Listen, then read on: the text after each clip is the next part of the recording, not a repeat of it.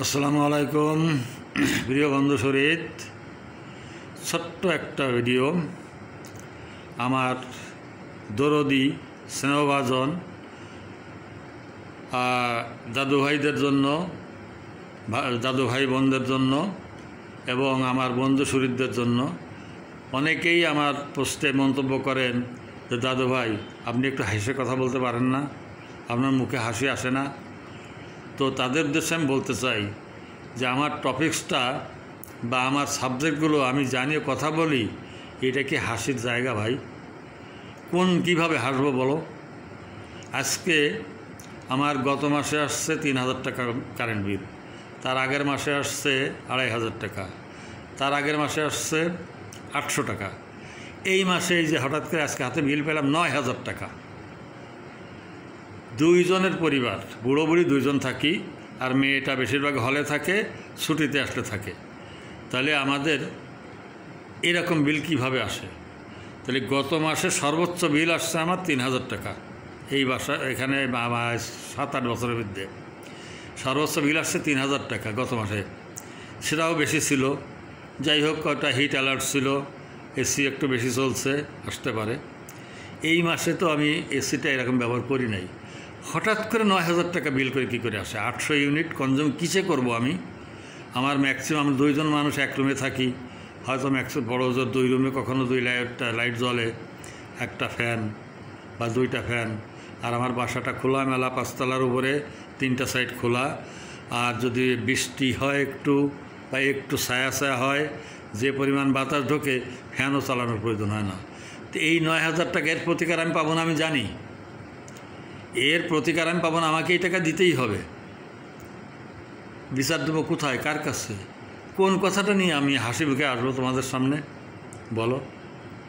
বাজারে গেলাম, আজকে আদার কেজি 450 টাকা দেশিটা, কাঁচামরিচ 200 টাকা, আলু 60 টাকা, চাউল 80 টাকা। হাসবো কী নিয়ে, কোথায়? আর টেলিভিশনে, পত্রিকায় যে খবরগুলো দেখি, হাসির কি আছে? হাসার জায়গাটা কই? আমাকে একটা হাসির উপাদান দেন, আপনারা হাসির একটা খোরাক দেন, আমি হাসবো। আমিও তো হাসতে চাই।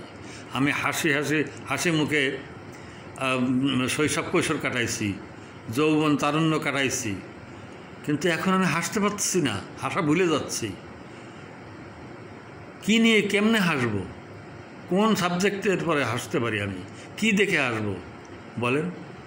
আর সবচেয়ে বড় কথা কি, যে এই যে সমাজ ভেঙে যাওয়াতে নির্জন পরিবেশে বসবাস করি, মসজিদে গেলে কিছু লোকজন পাই, আর বাকি সময়টা ঘরে, চলার শক্তি গতি কমে গেছে।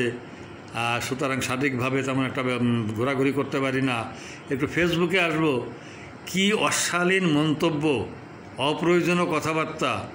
আর আমার মতো একটা লোক, সাদা দাড়ি, বয়স্ক লোক, 70 বছর বয়স হয়ে গেছে, সন্তান নাতিপুতার বয়সী, কি নোংরা কথাবার্তা, বাজে আজে বাজে প্রসঙ্গ, আর কত রকমের যে বিশ্রী ছবি পাঠানো, ভিডিও পাঠানো, এগুলো কী কয়, হাসি আসে এগুলো দেখে।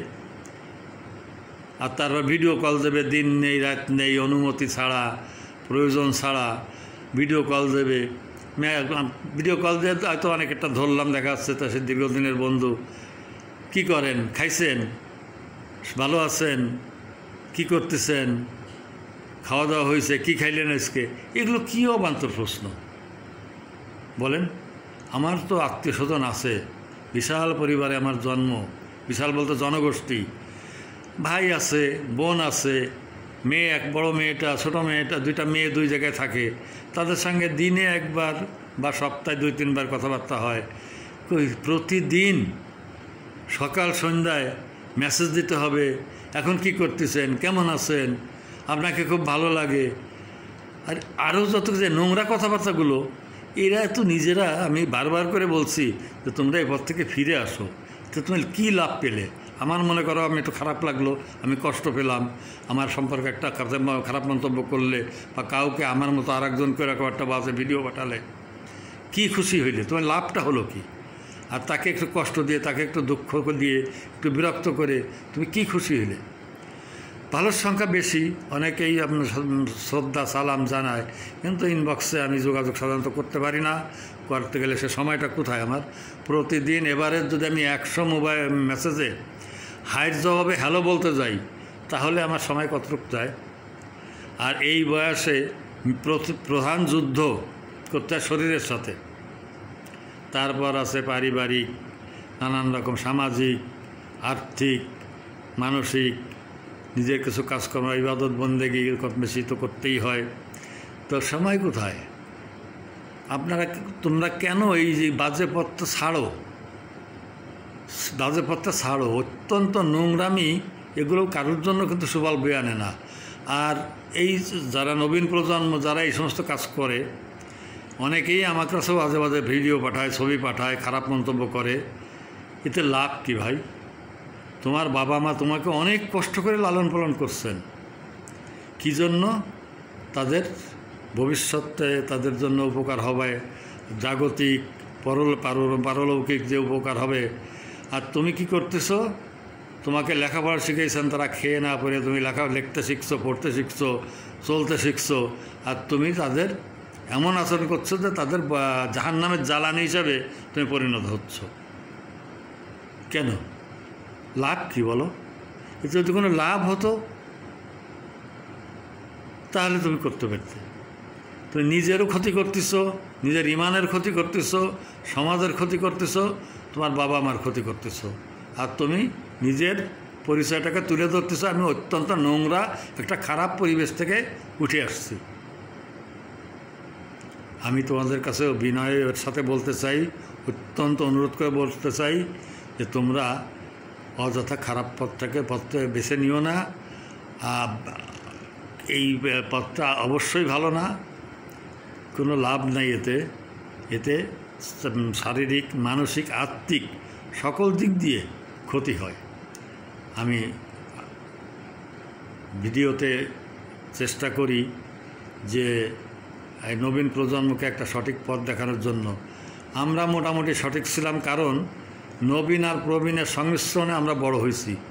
আমরা দাদাদের সাথে বড় হয়েছি, দাদা নানাদের আমরা পীর তুল্য মনে করতাম, যার নিজের হোক আর মহল্লার হোক।